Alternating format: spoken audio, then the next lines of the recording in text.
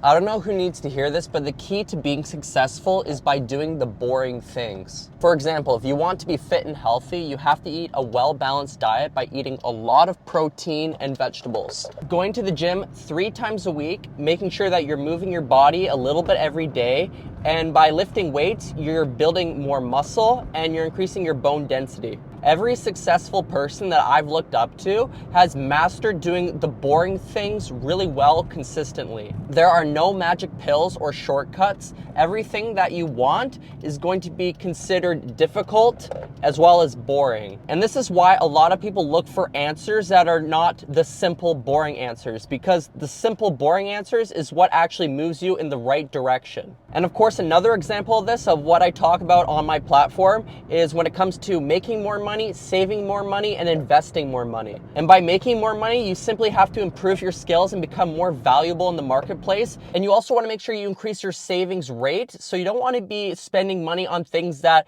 will be costing you more money or things that are just blowing money out of your pocket. You want instead to not spend that money on that kind of stuff and instead investing your money. Dollar cost averaging into diversified ETFs and focusing on the long term as opposed to the short term, like trying to make a quick buck. And when you focus on maxing out your tax advantage accounts and dollar cost averaging into ETFs, in many years' time, you will see a dramatic increase in your portfolio. And when you stay invested in ETFs, you don't have to constantly look at the market and you can focus on the other things that will help you generate money, like your skill sets, what you're doing for a living, instead of looking over the charts on what stocks are doing what. So the point that I'm making in this video is to focus on the boring stuff and not looking for shortcuts or looking for a different answer when you know what you should be doing.